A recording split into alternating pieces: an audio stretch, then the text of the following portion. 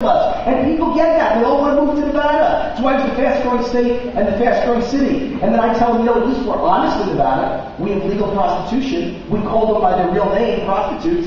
In Washington, they're dishonest. They also have legal prostitution. They just call their hookers by a different name. Senator. And people get that. And then I tell them the story of the biggest, most famous brothel in the history of Nevada called the Mustang Ranch. And it made over $100 million. But the owner evaded taxes. And he ran away. It's called the Mustang Ranch. He ran away from the IRS after they indicted him. He ran to Brazil with his $100 million.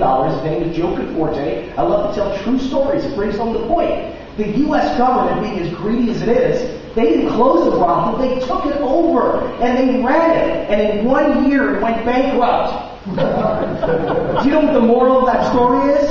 If you can't make money running a brothel, you can't touch my health care. And people get that. I tell amusing Ronald Reagan-like stories. And people get it. And it's why I'm invited back week after week after week. I'm probably the single most in-demand guest in the United States of America today. And I'm a libertarian. Is that not amazing? And I did so well as a guest, they've now invited me to have my own show. A 50,000-watt superstation in Vegas wants me on every day of the week. A 50,000-watt Seattle station wants me to join.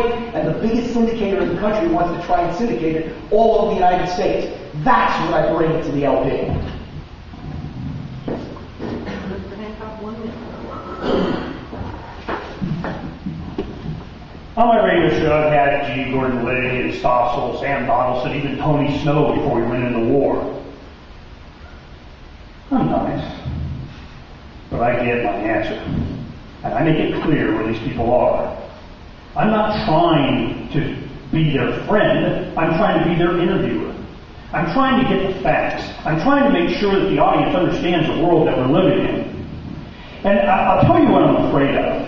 I'm afraid of Wayne getting exactly what he promises. He will be the face of the Libertarian Party if he gets LNC chair. Everything he says will be seen as the Libertarian Party and philosophy. To all the people that he does it to all the millions that will hear it, that will be it. I, as LNC chair, it won't be about me. It will be way down here. It will be us all over. And you want to know how it happens? The revolution. You think that was an accident?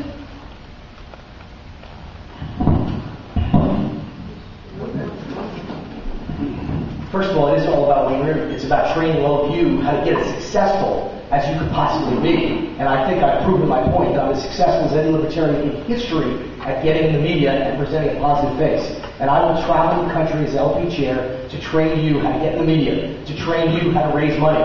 How would you like me campaigning by your side, coming to your state to raise money? You know, it's funny because I've been to, 15, 20 libertarian conventions around the country, and the people that get it immediately are the candidates.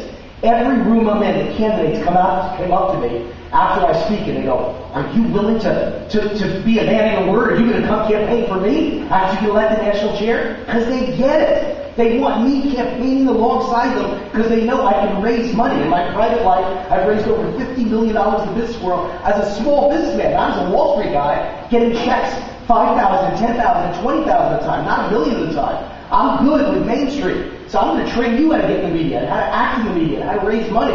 And I'm going to train you how to go after college students. I can help build this party. That's what this party needs. Not radical ideas, pragmatic builder of an organization.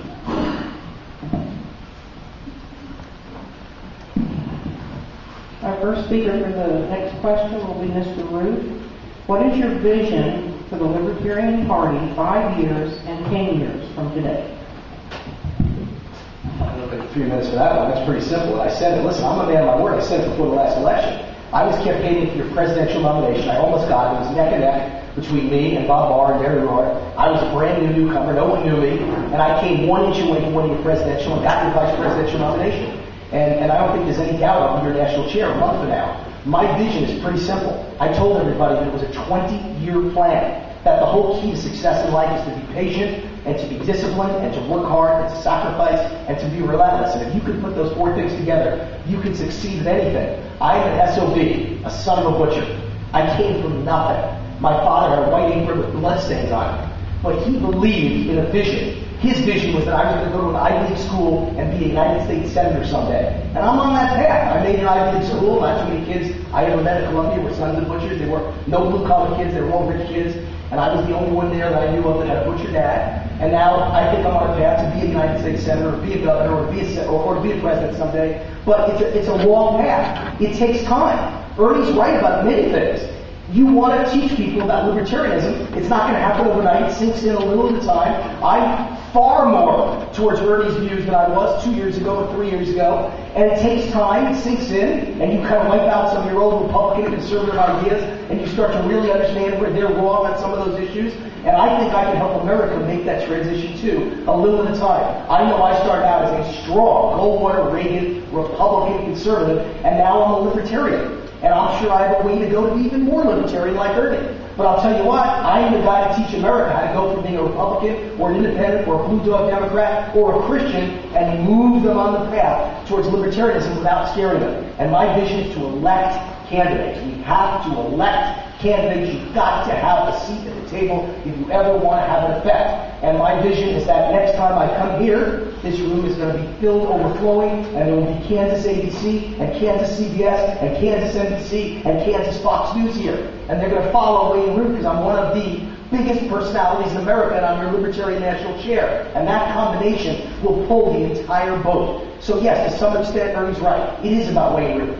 The key to success in life is having a bigger-than-life personality, and the media follows it, and pretty soon they build a giant following, just like Glenn Beck has done on Fox News, a miraculous following that he's built. It's the biggest show on cable TV, other than Bill O'Reilly, and all he does all day long is say, I'm a libertarian, I'm a libertarian, I'm a libertarian. Now, Ernie doesn't believe that. But the point is, it's good for us that a man that people are watching is saying, I'm a libertarian, and that government stinks, and that we need less government. I know he'll go endorse a Republican. I don't doubt that. I don't doubt it for a second. But it's good to be seeping little by little that it's okay for Republicans, conservatives, and Christians to say, I'm a libertarian leaner, or I'm a libertarian conservative, or I'm a libertarian Christian. Good thing. I do the same thing on TV all the time, and I believe it's working, and the proof is how many emails I get by the thousands each year now that say, I'm with you for the first time in my life. I'm willing to vote libertarian because of you, Mr. Root, and the book I just read. Thank you. Next question. In Arizona, we have a saying, it's called Steiger's Law. Whenever you create an organization or structure around a cause or a reason or an effort, sooner or later the structure becomes more important than the reason you created it. That's what's happened. We are so worried about the next 10 years of the Libertarian Party, the idea that it would be unnecessary to even have one never even crossed our mind. I'd love to be in a situation to where we're all free. And there's not a need for a Libertarian Party. That's what I'm looking for, is to make it where it's irrelevant. Everybody gets it. There's the, Super Libertarian Party or something, or 4 of them, or I don't care. I'm not about the party. I'm about the philosophy. You think the philosophy was a side effect of the party? No, it was the other way around. The party was a side effect of a philosophy that's been around for hundreds of years. Let me tell you what's going to happen. It's not going to be 5, 10, 20 years. These things don't happen all at once, but they do happen overnight. All of a sudden, boom, you wake up, what the heck just happened? Those big things happen, watch things happen, and what the heck happened? And I